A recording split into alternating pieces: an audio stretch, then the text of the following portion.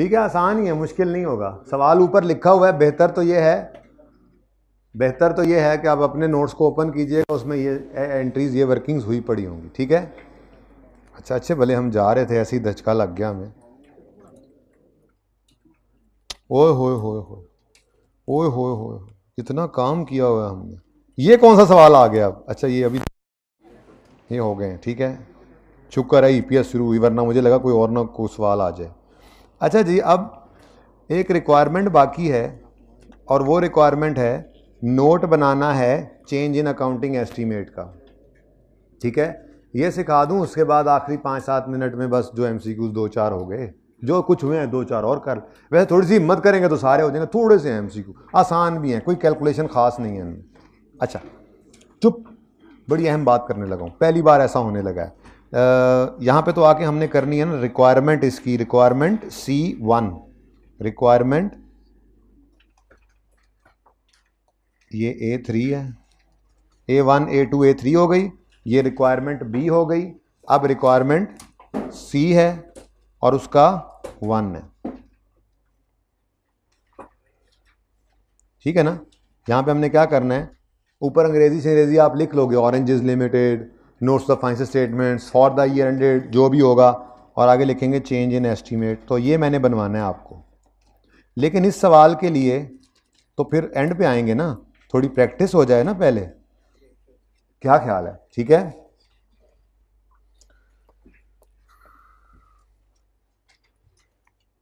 यहां पे एक सवाल बनाते हैं, बात वध गई जी।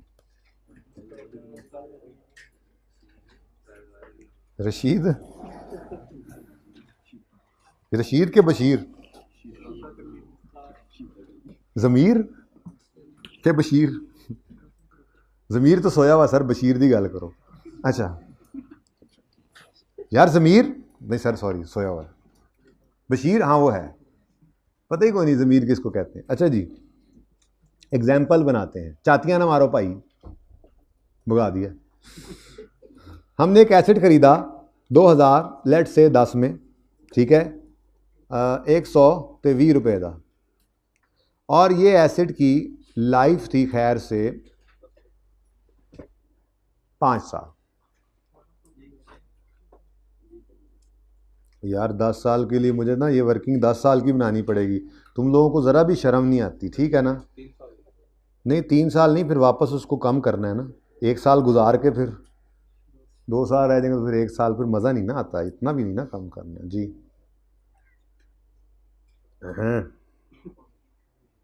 लो भाई, 2010 में हमने एक एसेट खरीदा था, इसकी, अब ये डाटा सारा मैं बता रहा हूँ, ज़बानी, ठीक है ना। 2010 में हमने एक एसेट खरीदा, कॉस्ट है उसकी 100 रुपये, रेजुअल वैल्यू है उसकी 20 रुपये, लाइफ है उसकी 5 साल। सवाल बन गया। अच्छा जी, अब हमने इसको डेप्रीशिएट करना है, तो डेप्रीसिएशन के लिए फॉर्मूला आपको पता है, cost minus residual value, 20 residual value है।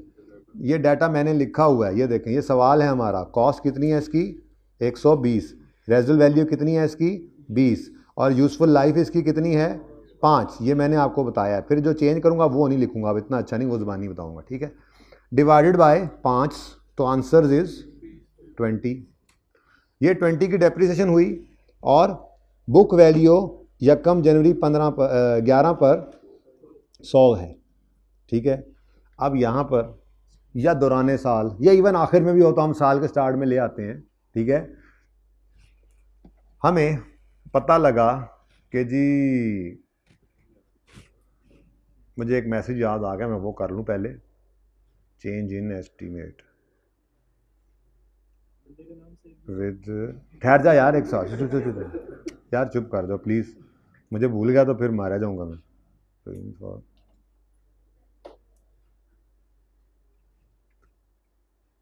अच्छा सॉरी, अच्छा सवाल एक मेरे जहन में आ गया था, FA2 वाले बच्चों का था ना, सुनो। 100 रुपये पर ये बुक वैल्यू है, अब रिमेनिंग लाइफ वैसे तो कितनी है, यानी कि अगर इसी हिसाब से ये चलता जाए तो ये 20-20 रुपये की डेप्रीसिएशन के साथ ख़त्म हो जाएगा। ख़त्म ऐसे हो जाएगा कि एंड पे वो 20 रुपये बचे होंगे जो हमने रेजुअल वैल्यू अज्यूम की हुई है ना, ठीक है, वो तो बच ही जाती है, फुली डेप्रीशिएट हो जाता है। इसका मतलब यही होता है। अब 11 में एस्टीमेट बदल गया और हमें किसी ने कहा कि जी माजरत के साथ आपसे ये अर्ज़ करते चलें कि इस एसेट की रिमेनिंग लाइफ जो है वो अब सिर्फ 2 साल बच गई है, ठीक है। और साथ ही साथ एक और माजरत भी आपसे करते चलें, रेजिडुअल वैल्यू जो है वो भी रिवाइज होकर सिर्फ जो है वो 10 रुपये रह गई है, ठीक है। तो हमने कहा कोई बात नहीं, ये तो एस्टीमेट, चलो यहाँ पे अब लिखना पड़ेगा। यहाँ पे क्या हुआ, एस्टीमेट चेंज क्या हुआ, मैंने कहा बाद में फिर आप कहोगे पता नहीं क्या हुआ था। चेंज क्या हुआ जी, रिमेनिंग लाइफ इस दिन कितनी है, 2 साल, ये मैंने नहीं बताया आपको। और revised residual value, book value नहीं, रिवाइज्ड रेजिडुअल वैल्यू कितनी है, 10, ठीक है जी। अब ये चेंज आ गया, हमने कहा कोई बात नहीं, वैसा कौन सा मसला है, ये तो आता रहता है चेंज, ठीक है जी। हमने कहा जी book value at the date of change in estimate अब हमारे लिए रेलेवेंट है, और रिवाइज रेजिडुअल वैल्यू और रिमेनिंग लाइफ कितनी, 2 साल। आंसर क्या आ गया, 45। और आगे तो है ही नहीं सवाल, क्योंकि लाइफ एसिड ख़त्म हो गया ना, आगे तो लाइफ ख़त्म हो जानी है, ऐसा ही है। अच्छा जी, अब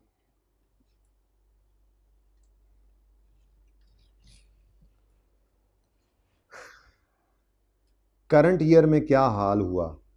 करंट ईयर में 45 पे चेंज, एस्टीमेट चेंज होने की वजह से डेप्रिसिएशन कहाँ चली गई, 45 पे, कहाँ से, 20 से।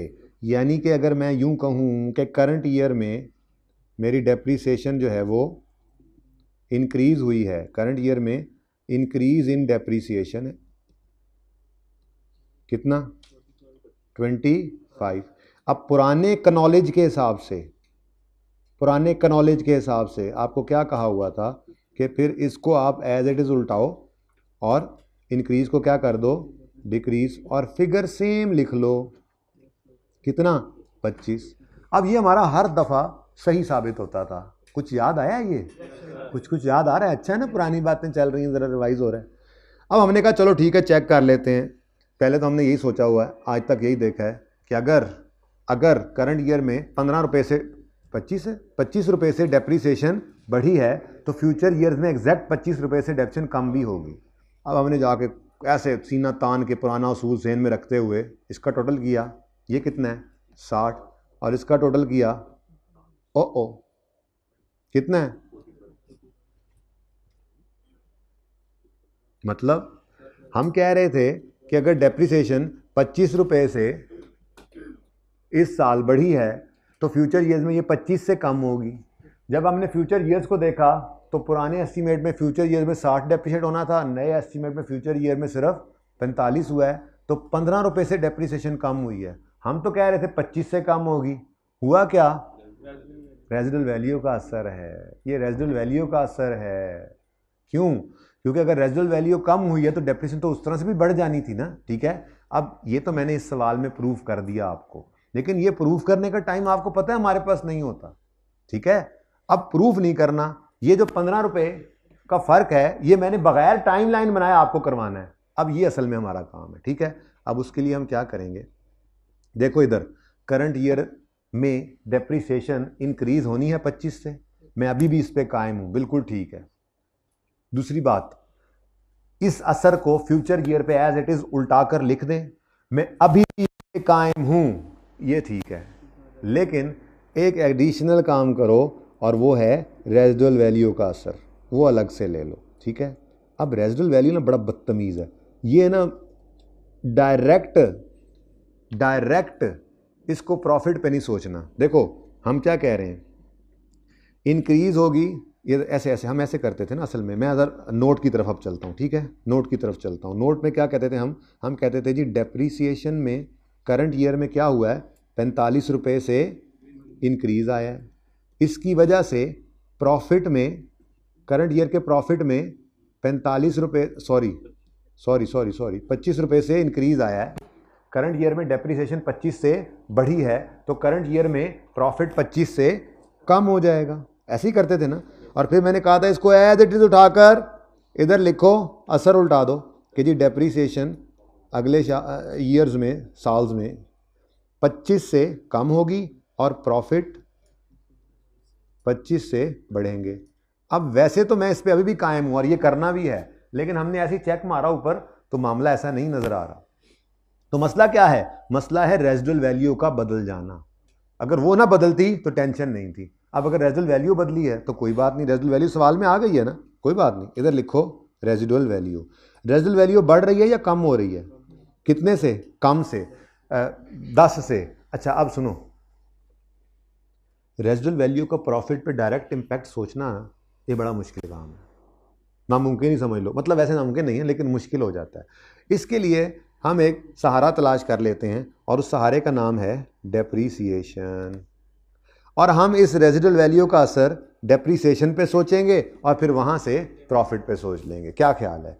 अब इसको समझाने के लिए मैं आपको एक छोटी सी एग्जांपल देता हूँ। एक एसेट है 100 रुपये का, उसकी रेजिडुअल वैल्यू 20 रुपये है और उसकी यूजफुल लाइफ जो है वो 4 साल है, तो उसकी डेप्रिसिएशन कितनी आ गई? यही एक एसेट है, अगर उसकी रेजिडुअल वैल्यू को आप 40 कर दोगे और 4 साल ही लाइफ होगी तो उसकी डेप्रिसिएशन क्या हो जाएगी? 15। क्या मतलब? रेजिडुअल वैल्यू के बढ़ने से डेप्रीसिएशन कम हो जाती है, क्योंकि डेप्रीशिएबल अमाउंट जो कम हो जाती है। अच्छा इस तरफ अज्यूम करते हैं एक 100 रुपये का एसेट है, 10 साल इसकी लाइफ है और इसकी लाइफ 10 रुपये इसकी रेजिडुअल वैल्यू है और 4 साल इसकी लाइफ है। बोलो 20 जो भी है। मतलब अगर आप 20 से रेजिडुअल वैल्यू को 10 पे लाओगे तो डेप्रीसिएशन 20 से बढ़ जाएगी।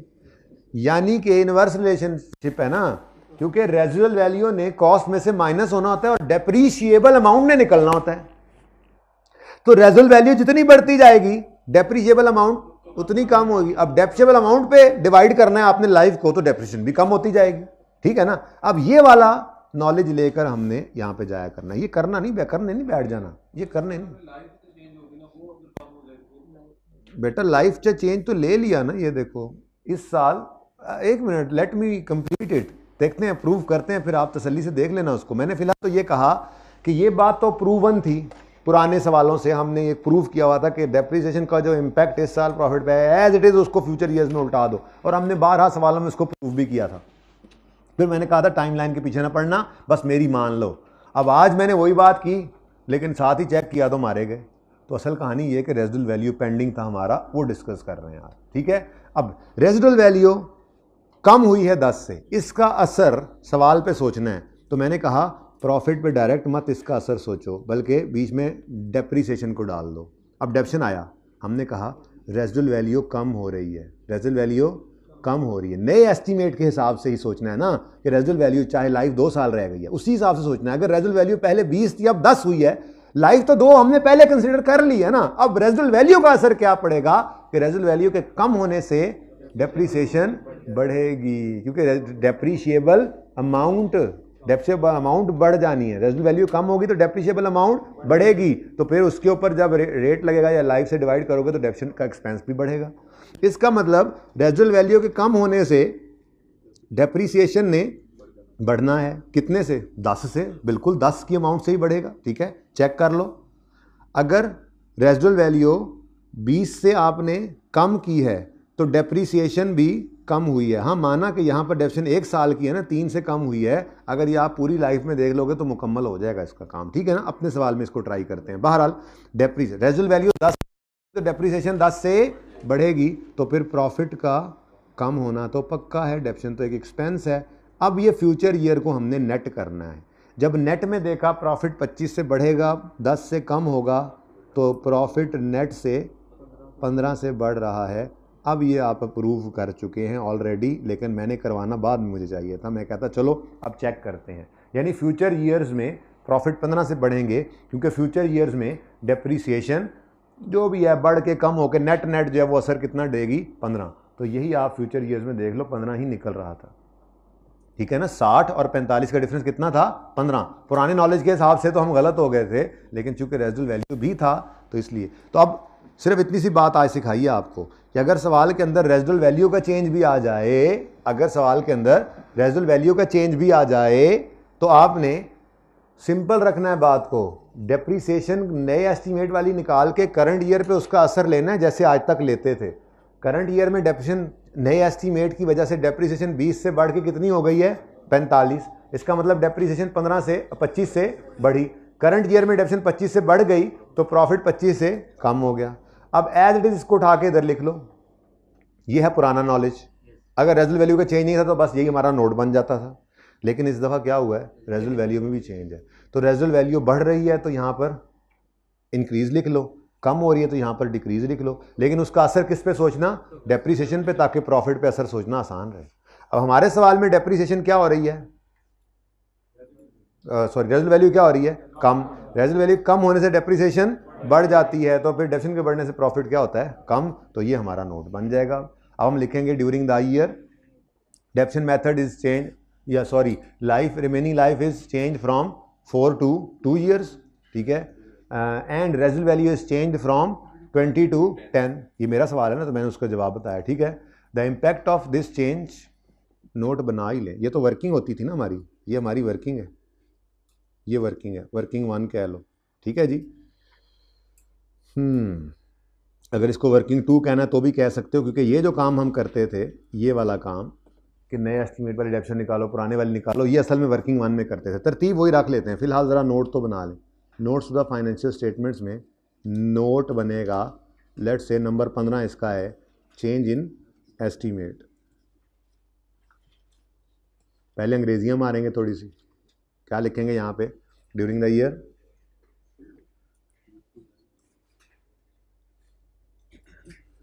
company, the entity has changed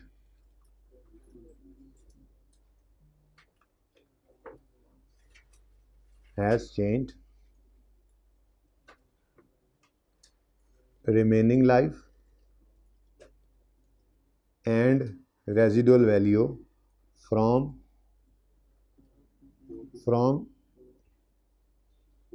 बल्कि यूँ कह सकते हैं, entity has change remaining life and residual value to 2 years and ₹10 respectively. जान छुड़ाई, ₹10। हाँ, मैंने वो रिमेनिंग वाली बात ही लिख दी है, ठीक है ना, रिस्पेक्ट। यानी कि आप लाइफ कितने पे ले गए हैं, 2 पे। आप अंग्रेजी अपनी मर्जी की लिखना यार, मुझे कोई मसला नहीं, मैं इतनी लंबी बात नहीं लिख रहा था, ओके। अच्छा, ये असल बात है। अब द इफेक्ट ऑफ, वो तो सवाल वाली ही आपने लिखनी होती है, the effect of this change on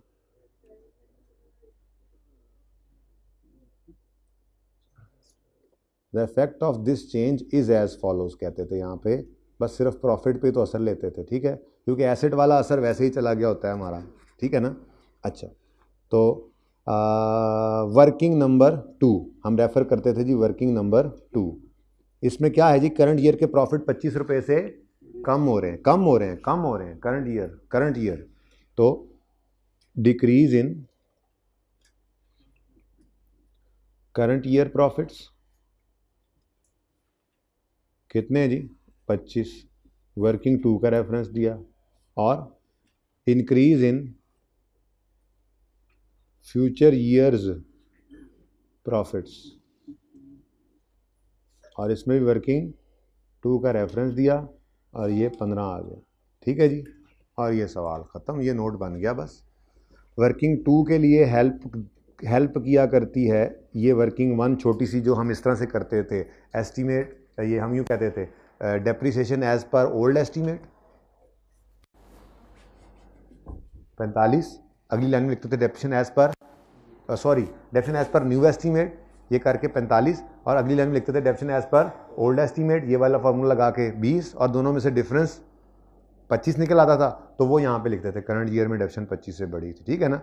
ये इस तरह से हम काम करते थे। ये हमारा सवाल हो गया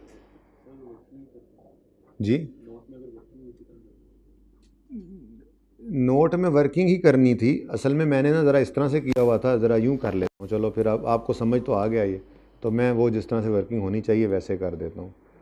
मैं तो ये कह रहा हूँ कि वर्किंग 1 में हमने ये लिखना होता है, डेप्रिसिएशन का असर निकालना होता है करंट ईयर पे, तो हम यूँ कहते हैं जी कि डेप्रीसिएशन न्यू एस्टीमेट वाली वो निकलेगी 100 - 10 divided by 2 is equal to 45, depreciation old estimate 120, इसी तरह चलता जाता ना, -20 अब्दुल्ला आपको जल्दी है मेरे ख्याल में, आप सबसे लेट आए हो और आप घड़ी देखे जा रहे हो,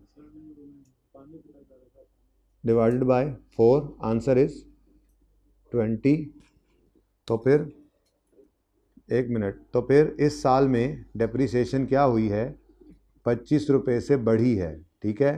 तो एक्सेस डेप्रीसिएशन है इस साल की, ठीक है। बहरहाल ये लिखने की भी ज़रूरत नहीं है, बस यहाँ से हमें मिल गया 25। अब हमने जाके कहा कि करंट ईयर की डेप्रीसिएशन 25 से बढ़ी है, और अगली बात फिर हमने ये टाइम ज़ाया नहीं करना होता, मैंने कहा था बस यहीं पे ही रहा करो, आगे कोई इस तरह से मत किया करो 10 साल 20 साल 50 साल बाद ऐसे होगा तो टाइम लाइन 50 साल की बनाओगे बैठ के, कभी भी नहीं करना है ऐसा, बस यहाँ बैठ जाओ। रेजिडुअल वैल्यू का फ़र्क आया वो भी बता दिया कि उसका भी क्या तरीका कार है, प्रूफ भी कर लिया, ठीक है।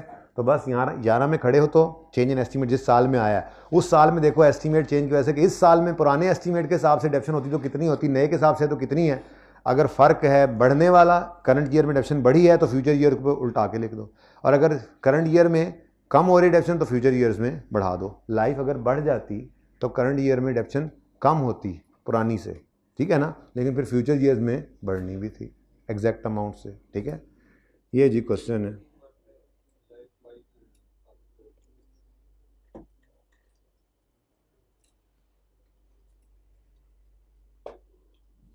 ये हमारा सवाल भी हो गया और जवाब भी हो गया, फिर टाइम ख़त्म हो गया, अब क्या कर सकते हैं।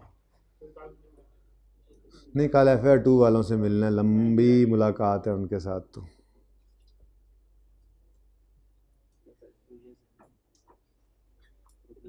चलें जी। अच्छा, अब आपने क्या करना है, अब आपने ट्राई करना है इसमें चेंज इन एस्टीमेट के नोट को, क्योंकि ये वर्किंग डिस्कस हो चुकी है। इधर देखें, ये देखें, ये चेंज इन एस्टीमेट का असर पड़ा था 10.6, ये वर्किंग की थी हमने, depreciation as per new estimate, depreciation as per old estimate, तो एक्सेस डेप्रीसिएशन है। करंट ईयर में डेप्रीसिएशन इतने से कम हुई है, इतने से कम हुई है, तो फ्यूचर में इतने से ही बढ़ेगी। लेकिन रेजिडुअल वैल्यू का भी असर था, रेजिडुअल वैल्यू पुराने वक्तों में रेजिडुअल वैल्यू कितनी थी, 5 थी, और अब क्या हो गई है 10। तो इस एग्जाम्पल में रेजिडुअल वैल्यू क्या हुई है, बढ़ी है। तो अच्छा है ना, ऑपोजिट साइड चल जाएगी ज़रा। ये टेस्ट का क्वेश्चन है जो हम कल से डिस्कस यानी पिछली एक्स्ट्रा क्लास से कर रहे थे, ऑरेंजेस, ठीक है। तो ऑरेंजेस लिमिटेड में रिक्वायरमेंट C1 और C2, ये आपका होमवर्क है, इसको करिए, और चाय पीते पीते जितने MCQs हो गए वो हो गए, बाकी फिर मैं छुट्टी दे दूंगा, ठीक है, ओके। तो चेंज इन एस्टीमेट का नोट और C2, ये चाय देना शुरू करें यार, उस तरह से देना शुरू कर दें, और एरर करेक्शन नोट, ये 2 नोट आपके नोट्स के अंदर, ये 2 नोट आपके होमवर्क हैं, ठीक है। किस सवाल के, ऑरेंजेस, टेस्ट 10 क्वेश्चन 1 ऑरेंजेस, ये आपने किसी वक्त कर लेने हैं, जब नेक्स्ट टाइम मिलेंगे तो मैं ये आपको रिवाइज करवा दूंगा, ठीक है।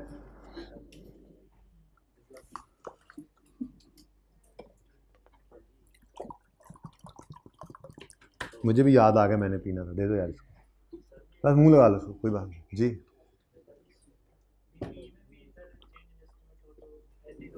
मैंने उनको नोट डाला हुआ है, बल्कि दोबारा रिमाइंडर डालता हूँ ICAP को, अगर एस्टीमेट चेंज है तो फिर PPE के नोट के अंदर भी आपको ये सब नोट के तौर पे बना देना चाहिए, लेकिन ICAP अपने सोल्यूशन में नहीं बना रहा, तो उनसे तसल्ली कर लेते हैं, ठीक है। कोई बात नहीं, आपको बनाना आता है, बस आपको एंड पे यही बताना है कि अगर एस्टीमेट चेंज का नोट PPE के सवाल में आ जाए तो उसको भी कह देना। सारे ही प्यासे बैठे हैं, पूरा ही नहीं हुआ।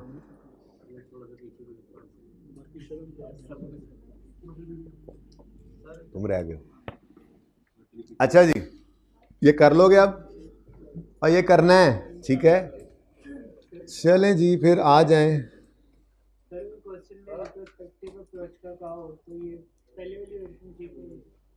रिट्रोस्पेक्टिव चेंज इन एस्टीमेट में तो हो नहीं सकती ना, एस्टीमेट चेंज में तो हम प्रोस्पेक्टिवली ही चल सकते हैं। IS 8 ही है, चेंज इन एस्टीमेट भी IS 8 भी है, चेंज इन एस्टीमेट भी IS 8 में है। इसकी अकाउंटिंग प्रोस्पेक्टिवली होती है, पॉलिसी चेंज और प्रायर ईयर एरर करेक्शन वो रिट्रोस्पेक्टिवली आते हैं। क्लियर? किसकी पिक बनानी है तुमने?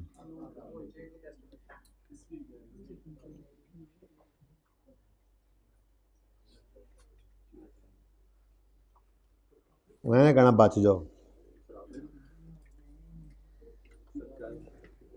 मैं यार पीनी है मैंने, लेकिन अब जाके पीऊँगा, पी के आया हूँ। नहीं ये चाय की मुझे मीठी तो बिल्कुल नहीं पीता आजकल।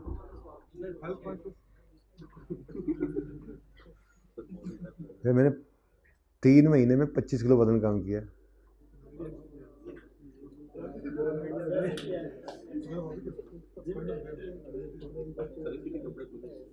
सब कुछ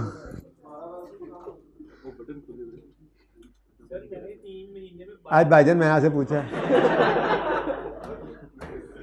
भाई ये बीच में से कट करवाना है याद से। अच्छा जी भाईजान अब नहीं हो सकती, अब फरमाइशी प्रोग्राम क्लास के बाद आ जाना, मुझे MCQs करवाने। तो 2 मिनट बाद तुझे चाह पिया कहना अच्छा जी अल्लाह हाफिज़ जा रहे हैं, मुझे 4 MCQs करा लेने तो क्या हो गया।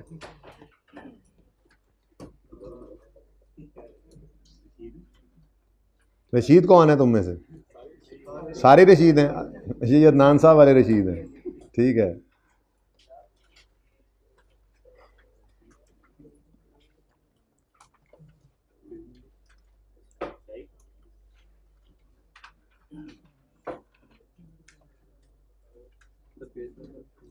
जी पेज नंबर 587 पे पहुंच जाएं सारे खैर से, खरामा खरामा।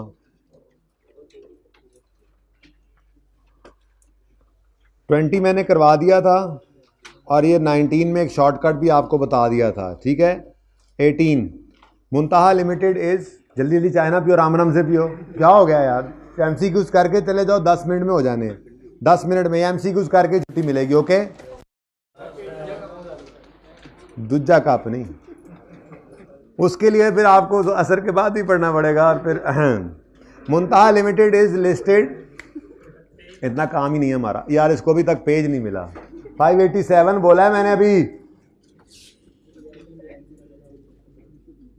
चाह प्या के भी सफा नहीं लब सके तो सीधे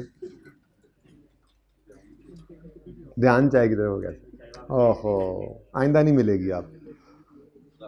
चलें please. 18 Muntaha limited is listed on Pakistan stock exchange during the year 31 December X7। Company had 5 million ordinary shares of 10 each and 500,000 6% irredeemable preference shares of 10 in issue. The profit after tax is इतने ml।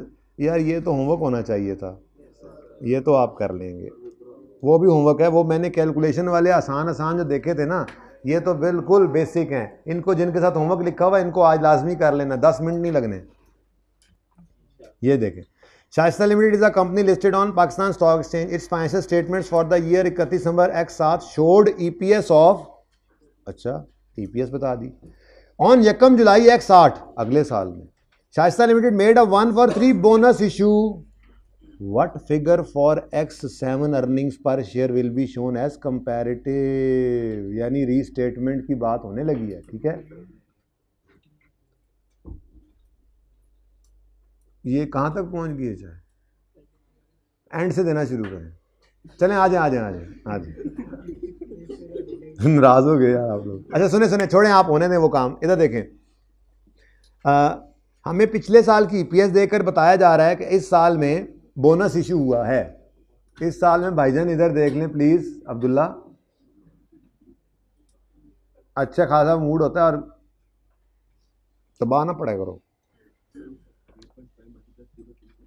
8.5 पिछले साल का EPS है, इस साल bonus issue हुआ है तो कोई मसला नहीं, हमें पिछले साल को क्या करना है, पिछले साल पे तो कोई असर नहीं पड़ेगा ना। क्यों क्यों क्यों? बोनस इशू है, स्प्लिट है, कंसोलिडेशन है, या राइट के अंदर कुछ इंपैक्ट जो है हम उसे अज्यूम करते हैं ये हमेशा से था। हमेशा से था तो मतलब कंपैरेटिव ने भी रीस्टेट होना है। तो हमने ₹8.5 को पकड़ा और हमने कहा यार आपको हमने रीस्टेट तो करना है, लेकिन हम पहले एनालिसिस कर लें, ठीक है। अब हम एनालिसिस करने गए तो हमने कहा जी बिफोर न्यू और आफ्टर वाली बात हमें देखनी है। तो उन्होंने क्या कहा है जी 1 for 3, यानी कि हर 3 वाले को एक नया, तो बाद में कितने आ गए 4। अब असल फ्रैक्शन तो क्या है, बिफोर से डिवाइड करके आफ्टर से मल्टीप्लाई करना, यानी कि बोनस फ्रैक्शन अगर मैं यहां लिखना चाहूं ना बोनस फ्रैक्शन, तो बोनस फ्रैक्शन हमारा बनता है, हाँ डिवाइड करोगे बिफोर से, ठहर जाओ, डिवाइड करोगे ऐसे ही कुछ भी कह देता है, डिवाइड करोगे बिफोर से और मल्टीप्लाई करोगे,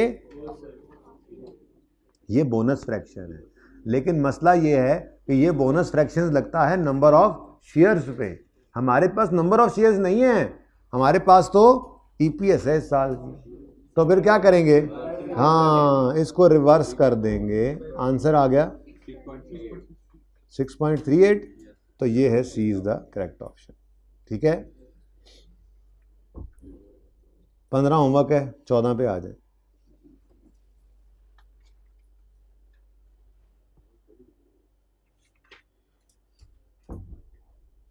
मुझे इस क्लास के बाद मुझे भी चाय चाहिए, बेहतरीन सी ऐसे,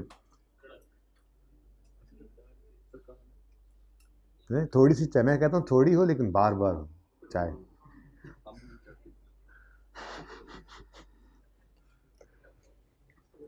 Parisa Limited issued new shares for cash at full market price and also made a 1 for 8 bonus issue. Are the following statement true or false according to IS 33 earning per share? New shares issued as a result of bonus issue should be time apportioned from their date of issue. ये बात सही है, ये बात सही नहीं है। अगर ये बात सही होती तो हम वापसी के ऊपर उसको रिवर्स वो क्यों करके जाते, ये बिफोर है इसको आफ्टर करो। ये बात मैंने आपको कल बताई थी कि बोनस के ऊपर दरअसल टाइम फ्रैक्शन नहीं लगता, यहाँ तो हम तरतीब में लगा जाते हैं लेकिन फिर वापसी के ऊपर इसी का असर निकाला हुआ होता है। यानी बोनस शेयर्स को हम क्या अज्यूम करते हैं कि ये हमेशा से थे, अगर हमेशा से थे तो इसका मतलब इस साल में तो उनके ऊपर फ्रैक्शन नहीं लगना चाहिए था। तो ये थोड़ा कंफ्यूजिंग इसलिए होता है कि हम वर्किंग में हमेशा इसको फ्रैक्शन लगा देते थे, जब ये आते थे तो 120 पे फ्रैक्शन लगता था। लेकिन भाई जो हम ये बिफोर से डिवाइड करके आफ्टर से मल्टीप्लाई करते थे, इसमें क्या कर रहे होते थे, बोनस को हम हमेशा से बिजनेस के स्टार्ट से अज्यूम करवा रहे होते थे ना, तो इसका मतलब जो यहाँ फ्रैक्शन लगा भी था तो उसका असर निकाल देते थे। ठीक है ना, तो बेसिकली यहाँ पे शॉर्टकट में मैंने आपको समझाया था कि बोनस शेयर्स पर समझो फ्रैक्शन नहीं लगा करता, पर इस वर्किंग के लिए आपने कभी भी ये अजम्पशन नहीं लेनी, अजम्पशन नहीं है तो हकीकत, लेकिन वर्किंग में ऐसा कभी नहीं करना, वो हमारा सेट पैटर्न है, हम उसी हिसाब से ही करते हैं सवाल, उसकी अपनी मजबूरियां हैं, मसले मसाइल हैं जिसके लिए यहाँ पर ऐसे करना पड़ता। ठीक है ना, लेकिन आपने इसको एमसीक्यूज के अलावा कभी भी इस तरह से नहीं सोचना। हाँ एमसीक्यूज में आओ तो इतनी सी बात याद रखना, जो मैंने आपको बड़ा इंपॉर्टेंट एमसीक्यू मैंने कहा था 19 है, इसीलिए मैंने इंपॉर्टेंट कहा था कि इसमें मैंने आपको ये चीज़ सिखाई थी कि मार्केट प्राइस पर शेयर इशू करेंगे तो उन्हें टाइम अपोर्शन करना है, जबकि बोनस शेयर्स को टाइम अपोर्शन नहीं करना होता। इसका मतलब कौन सा पॉइंट था, यही है, new shares issued as a result of bonus should be time apportion, नहीं, new shares issued for cash, for ये बोनस इशू है, इसको वो कह रहा था कि करेंगे, हमने कहा नहीं बिल्कुल नहीं करेंगे। ये क्या है, issued for cash at full market price, यानी इनमें कोई बोनस एलिमेंट भी नहीं है। Should be time apportion from there, बिल्कुल बिल्कुल, इसका मतलब कि C is the correct option, के स्टेटमेंट 1 इज ट्रू। बदतमीजो सी क्यों कहा फिर, statement 1 is false and statement 2 is true. कौन था सी वाला, ये जूस वाले हाथ खड़ा करें।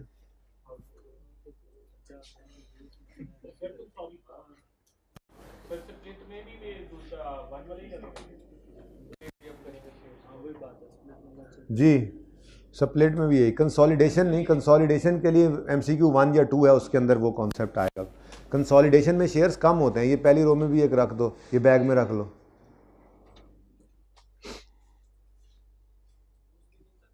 नहीं आपकी सेहत खराब हो जाएगी, मैं नहीं रिस्क ले सकता, बीमार हो जाए।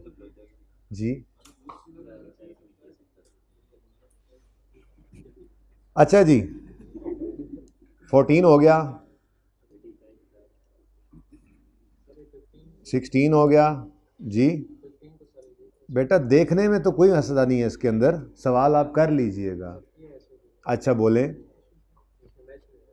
नहीं मैच ना होना अलग बात है, सवाल के अंदर PAT given profit after tax इसको लेना है, SL paid during the year ordinary dividend ignore, and dividend on redeemable preference shares इसको भी इग्नोर, क्योंकि यहाँ तक आते आते ये भी माइनस हो चुका हुआ है, ठीक है।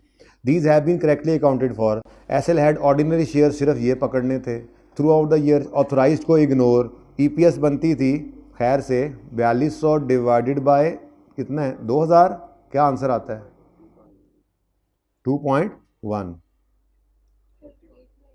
हाँ ये मैंने मिलियंस में किया हुआ है, उन्होंने रुपीज़ में बताया हुआ है, ठीक है ना, आप पूरी फिगर लिख लें यार, ये लें 40, एक मिनट 40 ऊपर क्या गिवन है 42 मिलियन, 4.2 मिलियन और नीचे 2 मिलियन, लो चलो अब बताओ answer rupees,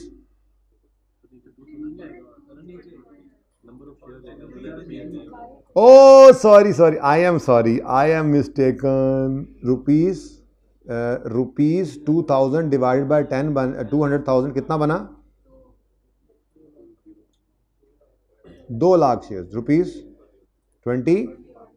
A is the correct option. अगर पीछे को और ऑप्शन है तो सही कर लो, ये टाइम ज़ाया किया तुमने, कोई होमवर्क नहीं है, आप बदतमीज़ हो जी। इसको सही कर लें, इस एमसीक्यू को सही इसलिए कर रहे हैं, ये सही था, पहले सही था। Earnings per share amount calculated for discontinued operations, मैंने एक बात कही थी आपसे कि आईकैप ने डिसकंटिन्यूड ऑपरेशन को ना अपनी किताब से गायब कर दिया है, इसीलिए मैंने भी कोई सवाल इस दफ़ा नहीं करवाया। हालांकि ये बाद में आया ना, वो लेक्चर नोट्स के अंदर आप देखेंगे तो एक आधा सवाल आपको मिलेगा, डिसकंटिन्यूड ऑपरेशंस उसके अंदर आ रहे थे, बल्कि इवन पिछले एमसीक्यू कह रहा हूँ, क्वेश्चन बैंक का पुराना सवाल मैंने डाला था उसमें भी डिसकंटिन्यूड ऑपरेशन था, लेकिन मैंने क्यों गायब कर दिया, क्योंकि आईकैप ने भी कर दिया, इवन आईकैप ने अपने एमसीक्यू में से भी इसको निकाल दिया है, ठीक है। अब मैं आपको कहीं भी नहीं फेंका इसको, फिलहाल हमारे रडार के अंदर नहीं, इसको फाइनल में लेके जाता है ऐसी चीज़ों को फिर। ओहो ये क्या हो गया, कोई बात नहीं, जाओ निकल जाओ क्लास से। ये एमसीक्यू कौन सा चल रहा था, 13 है ना, ये देखो, which of the following statement is or are true or false according to IS 33। Earning per share ये तो हो गया जो सही वाला है, मैं पढ़ाऊंगा। If basic and diluted EPS पर शेयर आर इक्वल, यहाँ पे कुछ और था वो मैं चेंज कर रहा हूँ अब आपके लिए, ताकि आप भी साथ चेंज कर लें, ठीक है। ये समझ आ गई कि 13 की क्या चीज़ चेंज होने लगी है, ये पॉइंट मैं इसको वाइट करूँगा, ठीक है जी। ले अब यहाँ पे हम नए वाला लिखते हैं जो अब उसने डाला, if basic and diluted EPS are equal. अगली बात आप बताओ, इफ बेसिक एंड, आप बताओ क्या होता है अगर basic and diluted EPS equal हो, एक ही लाइन के अंदर शो कर देते हैं हम। डिस्क्लोजर बनाया था मैंने पहले सवाल का, याद हो आपको, उसमें रिक्वायर्ड नहीं था वो पास पेपर वाले सवाल में। तो if basic and diluted EPS are equal, इसको किया हो गया आर इक्वल, आगे वो कहता है dual presentation can be accomplished, ये उसने लिखा हुआ है, dual presentation can be accomplished in one line,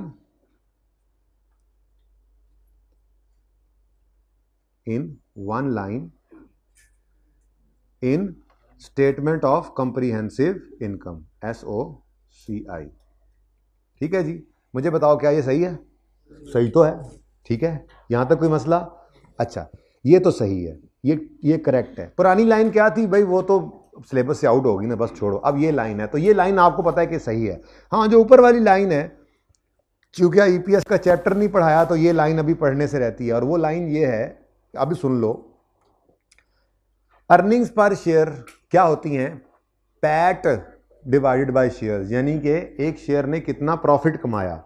अगर किसी साल में लॉस आ जाए तो क्या ईपीएस नहीं निकालेंगे, स्टैंडर्ड कहता है ईपीएस फिर भी निकलेगी, वो ईपीएस नहीं होगा, वो अर्निंग पर शेयर नहीं होगा, वो लॉस पर शेयर होगा। जैसे हमने ये बताया एक शेयर ने कितना कमाया, वैसे ही ये भी बताओ कि एक शेयर को कितना लॉस आया है, एक शेयर ने कितना लॉस कमाया है। प्रॉफिट भी कमाता है, लॉस भी कमाता ही है ना बंदा, बिजनेस है ना, ठीक है। तो एक बात उसूली है, ये बहरहाल थ्योरी पढ़ते हुए इसको निशान लगाना है हमने कि स्टैंडर्ड आईएस 33 कहता है अगर किसी साल के अंदर आपका लॉस भी है तो आपने ईपीएस कैलकुलेट करनी है। वो माना कि वो पॉजिटिव नहीं नेगेटिव होगी, यानी कि जो ईपीएस आप कैलकुलेट करके डिस्क्लोज कर रहे होंगे, हमने कहाँ डिस्क्लोजर बनाया हुआ है, इसी चैप्टर के अंदर ही बनाया हुआ है ना, पता नहीं है वो वर्किंग वाले सफ़े पे बनाया या वर्किंग वाले सफ़े में बनाया, याद आ गया मुझे, इंशाल्लाह अभी मिलेगा। इसको तो यहाँ रखें ना, ये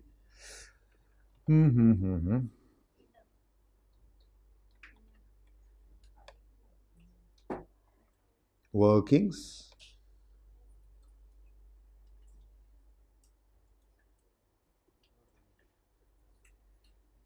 नहीं है, कहीं नहीं है, मुझे लग रहा है नहीं है, ये कुछ नहीं, ये भी नहीं है, बनाया तो था हमने लेकिन शायद वो फिर हमने उधर ही बना लिया होगा चैप्टर में ही। चलें कोई बात नहीं, बहरहाल जो ईपीएस लिखी हुई आ रही होती है बच्चों, प्रॉफिट एंड लॉस के बिल्कुल एंड पे बॉटम पे करके जो ईपीएस लिखी हुई आ रही होती है, उस ईपीएस को पॉजिटिव की बजाय हमने नेगेटिव शो कर देना होता है, बस इतना सा ही चेंज है। अल्लाह करे इसका नोट, हाँ ये बना हुआ है। यानी अगर मिसाल के तौर पे इस साल में नेट प्रॉफिट की बजाय लॉस आया होता तो वो नेगेटिव फिगर होती, तो आप उस नेगेटिव फिगर को वेटेड एवरेज शेयर से डिवाइड करते और यहाँ पे इस तरह से नेगेटिव साइन लिख देते बस, और वहाँ पे लिखते basic and diluted earning per share slash loss per share bracket में लिख देते, ठीक है ना। तो ये स्टैंडर्ड की रिक्वायरमेंट है जो मैंने अभी आपको पढ़ा दी। चलें तो अब पहला पॉइंट क्या है, earning per share amount should not be presented if they are negative, यानी कि लॉसेस पर शेयर नहीं बताने होते, बताने होते हैं। इसका मतलब वो स्टेटमेंट नहीं, statement 1 is false and 2 is true, yes B is the correct option, ठीक है जी, ये करेक्ट है, ये उन्होंने गलत लिखा हुआ है, ऐसा नहीं होना चाहिए, लिखना होता है, हमने प्रेजेंट करना होता है, ठीक है, ओके डन। अच्छा जी, नेक्स्ट है 12, which two of the following items must be disclosed as per IAS 33, forecast earnings, ये नाम ही पहली बार सुन रहे हैं, 5 ईयर ट्रेंड नाम पहली बार सुन रहे हैं, वेटेड एवरेज हाँ मस्ट बी डिस्क्लोज्ड, मैंने आपको डिस्क्लोजर ही तो बनवाया था, 2 दिन लगाए थे हमने इसके ऊपर, नोट बनाते रहे थे, बेसिक का भी डाइल्यूटेड का भी। तो इन 4 में से अभी तक जो 2 चीज पहली थी वो कभी भी डिस्क्लोजर में हमने नहीं देखी थी। माना कि मैंने आपको डिस्क्लोजर स्टैंडर्ड से नहीं पढ़ाया, अभी पढ़ाना है, थ्योरी का चैप्टर बताइए आपको, थ्योरी हम एक बार गो थ्रू करते हैं, वो सारा कुछ जो किया हुआ है वो लिखा हुआ देखना है, हाँ ऐसे ऐसे हमने किया था, लेकिन डिस्क्लोजर बनवाया तो है ना। क्या उस डिस्क्लोजर में कभी ये फोरकास्ट अर्निंग या ये 5 ईयर ट्रेंड या ऐसी कोई चीज नजर आई थी? नहीं, लेकिन weighted average number of ordinary shares ये आते थे नजर, earnings figure which used in calculating basic and diluted EPS ये आता था। तो सी और डी ये 2 चीजें हैं जो लाजमी डिस्क्लोज होनी चाहिए, मस्ट बी डिस्क्लोज आईएएस 33 के तहत। जी बेटा ईपीएस इसमें लिखा नहीं ना हुआ, उन्हें क्या है इनमें से कौन सी 2 चीजें डिस्क्लोज करनी है, ये 2 चीजें डिस्क्लोज करते हैं और फिर इनके डिफरेंस का ईपीएस ही तो आ रहा होता है, उसी के लिए तो ये डिस्क्लोज कर रहे हैं।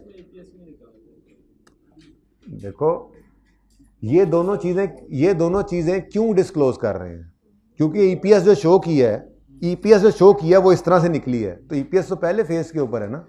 हाँ डिस्क्लोजर के अंदर ईपीएस नहीं आती है, वो तो फेस के ऊपर पड़ी होती है, वो तो मैंने फेस पे लिखवाई थी, नोट्स के अंदर तो ईपीएस नहीं होती। चलें आप उसको नीचे लिख देते हैं तो भी ठीक है, गूगल प्रेजेंटेशन है, खैर है, आंसर लिखा है, नहीं भी है तो वो डिफरेंस है, वो मतलब उन दोनों को डिवाइड करके फेस वाली से मैच कर ले, कोई मसला नहीं, ठीक है जी। 13 भी हो गया, 12 भी हो गया, इसके लिए रेफर करना है आपने स्टैंडर्ड, ये पहले आप रेफर कीजिएगा, आप अपना स्टैंडर्ड खोलिएगा और उस स्टैंडर्ड में जाकर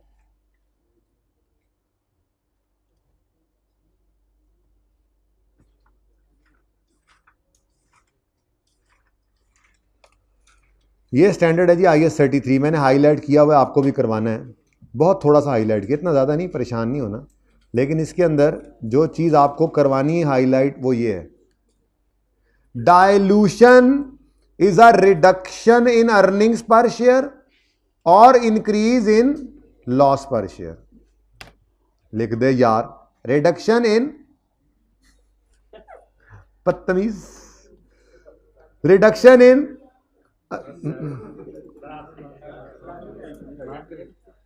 मैं बोल तो सकता हूं ना, चुप यार, कैसे बदीद हो तुम लोग, चाय पी के कैसे तुम तोता चश्मे ही फेर लिए, चुप। डायल्यूशन इज अ, तुम मत आया करो, एहसान करते हो मेरे पे आके। Dilution is a reduction, dilution किसे कहा था जी, ईपीएस कम हो जाए, आज पूरी बात सुन लो, ईपीएस का कम होना या अगर लॉस होगा तो उसका बढ़ जाना, ये डायल्यूशन की पूरी कहानी है। Dilution is a reduction in earning per share और an increase in loss per share. किताब में भी लिखा हुआ, यहां भी हाईलाइट किया हुआ, जो आपको भी करवाना है। ये बेसिकली डायल्यूशन की और एंटी डायल्यूशन की डेफिनेशंस हैं जो हमने हाईलाइट करनी है स्टैंडर्ड के अंदर, ठीक है ना, उस एमसीक्यू के अंदर यही पड़ा हुआ है बस। खैर, dilution is reduction in EPS और increase in loss per share resulting from ब्ला ब्ला ब्ला, ठीक है। और anti dilution is an increase in EPS और रिडक्शन इन लॉस। अब ये जहन में रखते हुए, ये सामने रखते हुए, नहीं किया उसने अभी भी, हम आ गए अपने इस सवाल में। ईपीएस कहां पे निकाल रहे थे यार, अच्छा इधर ही सर, ये ईपीएस जी भाई। विच of the following statement, which of the following, मैं यकीन मानो मैंने तुम्हें पहले भी कहा है, मैं शरीफ समझ रहा था तुम्हें आज तक, ठीक है। अच्छा, which of the following statement in relation to term dilution is or are true or false, यानी डाइल्यूशन के हिसाब से कौन सी स्टेटमेंट सही है। सामने स्टैंडर्ड खुड़ा पड़ा है, डाइल्यूशन क्या है, रिडक्शन इन अर्निंग्स, फिर मिट गया, और increase in loss per share. पता तो लग गया ना कहां पे मैंने हाईलाइट किया, ठीक है। अब पढ़ते हैं, a reduction in EPS is an example of dilution, yes. A reduction in loss is no, reduction in EPS, increase in loss per share is called dilution. तो पहली स्टेटमेंट सही है, दूसरी सही नहीं है। Statement 1 is true and statement 2 is false है, yes false है। होमवर्क है, होमवर्क है, 8 पे आओ, मुक गया काम इंशाल्लाह, मुक गया तेरा शो। अच्छा सॉरी जी, अच्छा जी। During the year Mariam limited made a 1 for 3 right issue at, ऊपर वाला भी होमवर्क है देखो जी, सारी कर ले होमवर्क बेटा, करने वाले करवा रहा हूं, होमवर्क करो चुप करके, पेपर आप लोगों ने पास करना है, मैंने ड्यूरिंग द ईयर जी बिल्कुल ऐसा ही है। Mariam limited made a 1 for 3 right issue at 16 when the market price was 22। The previous year financial statement showed an earning per share figure of, ओहो अब ये मैं करवाऊंगा, मुझसे भूल हो गई।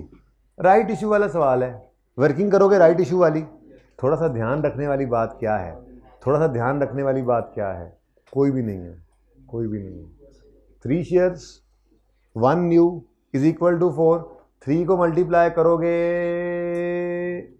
22 से और 1 को 16 से और थ्योरेटिकल एक्स राइट पर टर्प निकाल लोगे, थ्योरेटिकल एक्स राइट प्राइस कहते हैं उसको, वो जो हम एवरेज सी प्राइस निकालते हैं, और फिर वो फ्रैक्शन उल्टा के, शायद पिछले साल की ईपीएस दी हुई है ना, तो वो फ्रैक्शन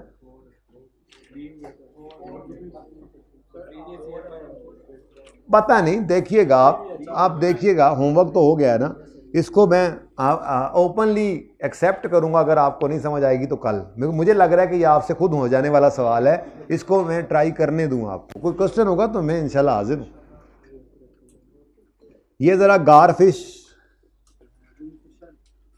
को गुल फिश हाँ कर लें, ये कोई कॉन्सेप्ट नहीं था। अच्छा, आप ये ना समझना कि असल में मैंने साकिब को कहा था कि ज़रा इस दफ़ा ना आई कैप के साथ इन लाइन कर लो एमसीक्यूज़ को, कोई एक्स्ट्रा है तो उड़ा दो, पास पेपर वाले रखना और आई कैप की किताब वाले ना, तो उन्होंने आई कैप से इसको इन लाइन रखा हुआ है बिल्कुल, मतलब कि हाँ आई कैप नहीं कॉपी पेस्ट चेक किया था उन्होंने, ठीक है केजी, मैंने उसने कहा था मैंने सर लफ्ज़ ब लफ्ज़ चेक किया और वो ही वॉज राइट, मुझे अब पता लगा है उसने लफ्ज़ ब लफ्ज़ चेक किया था। यहाँ पे गारफिश शेयर लिखा हुआ है तो वो ऐसे एज इट इज़ किताब में भी उसने लिखा है, तो इसको सही कर लें। है वैसे होमवर्क। अरे बस 3 MCQs रह गए। सबसे कीमती MCQ नंबर 2 है, सबसे एंड पे कराऊंगा। Many analysts believe that a trend of EPS is a more reliable indicator of underlying performance than the trend of net profit। हाँ जी, कह रहे जी EPS जरा ज़्यादा रिलायबल है प्रॉफिट्स से। ये भी थ्योरेटिकल डिस्कशन नहीं ना की हुई है, लेकिन ऐसी बात है कि कॉमन सेंस की बात है, समझो कि नहीं करनी, कभी की नहीं हमने और पर्चे में चले गए और आ गई चीज़ें, तो खुद सोचना आना चाहिए ना थोड़ा सा। तो इस तरह मिलकर ज़रा सोचते हैं।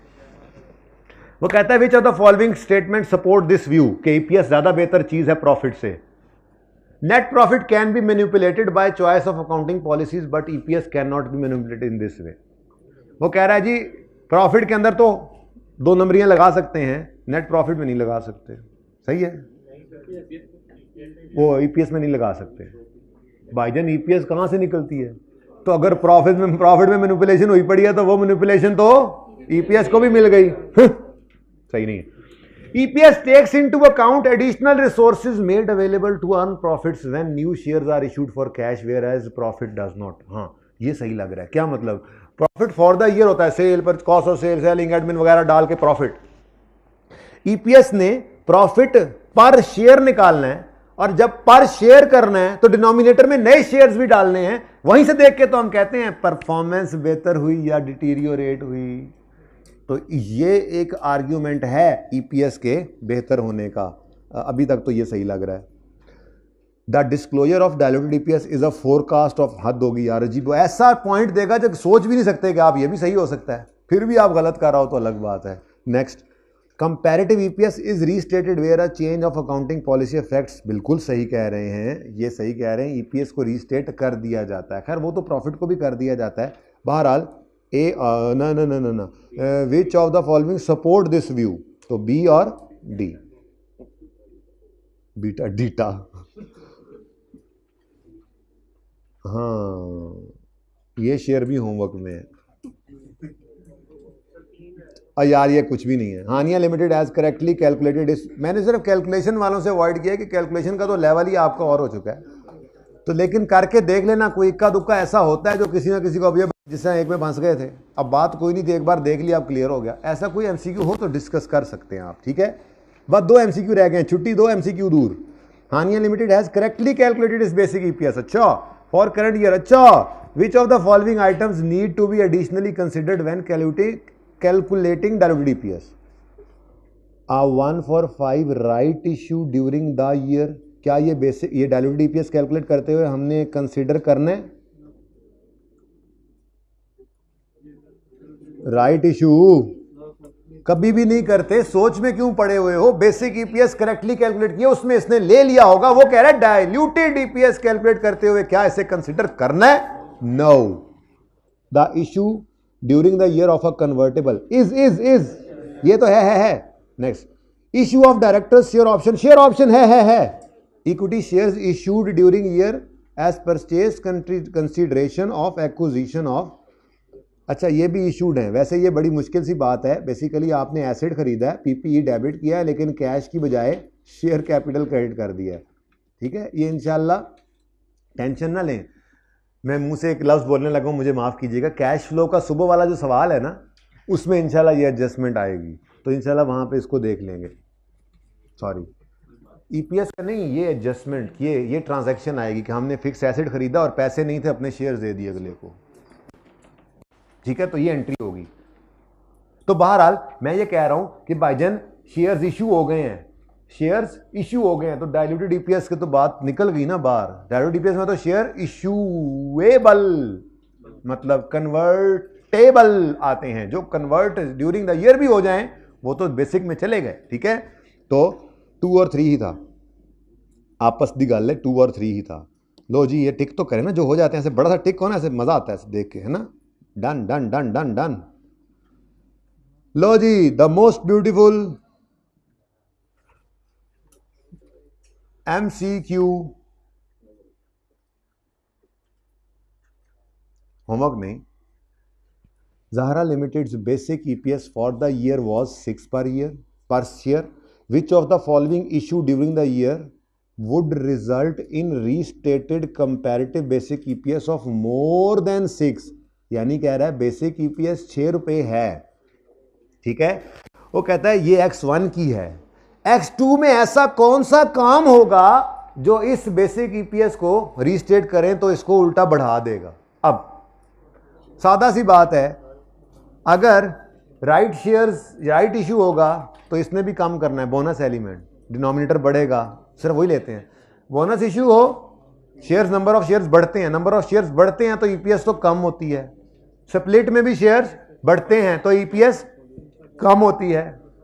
रिवर्स स्प्लिट यानी कंसोलिडेशन में नंबर ऑफ शेयर्स, जब नंबर ऑफ शेयर्स कम होते हैं, डिनोमिनेटर में पड़ते हैं ना शेयर्स, तो ये कम करते हैं ईपीएस को. ये नंबर ऑफ शेयर्स के कम होने का असर जब प्रीवियस साल पे डालेंगे तो उसको भी ये क्या कर देगा, बढ़ा देगा. नंबर ऑफ शेयर्स डिनोमिनेटर में कम होंगे तो ईपीएस क्या हो जाएगी, बढ़ जाएगी. इसको ना समझ आए घर पे सोचना सुकून से, ना समझ आए तो मुझसे दोबारा पूछ सकते हो, ठीक है जी. तो आज के लिए बस इतना ही. जिंदगी रही तो अगली एक्स्ट्रा क्लास में रेशो के एमसीक्यूज के साथ मिलेंगे, वो पेंडिंग हैं. और ईपीएस के थ्योरी को रीड करने में या आईए सेट के चैप्टर की थ्योरी या कोई भी थ्योरी जो भी रहती है थोड़ी बहुत, वो करते रहेंगे इंशाल्लाह. हम इसी तरह से इससे टॉपिक भी रिवाइज होते रहेंगे हमारे, और इंशाल्लाह अपना नॉर्मल काम हम टाइम से करते भी रहेंगे और कंप्लीटनेस भी इंश्योर हो जाएगी. लेकिन ये रेशो वाले सफ़े याद कर लो, अब किसी दिन मैंने पकड़ लेना है आप लोगों को. अल्लाह हाफ़िज़.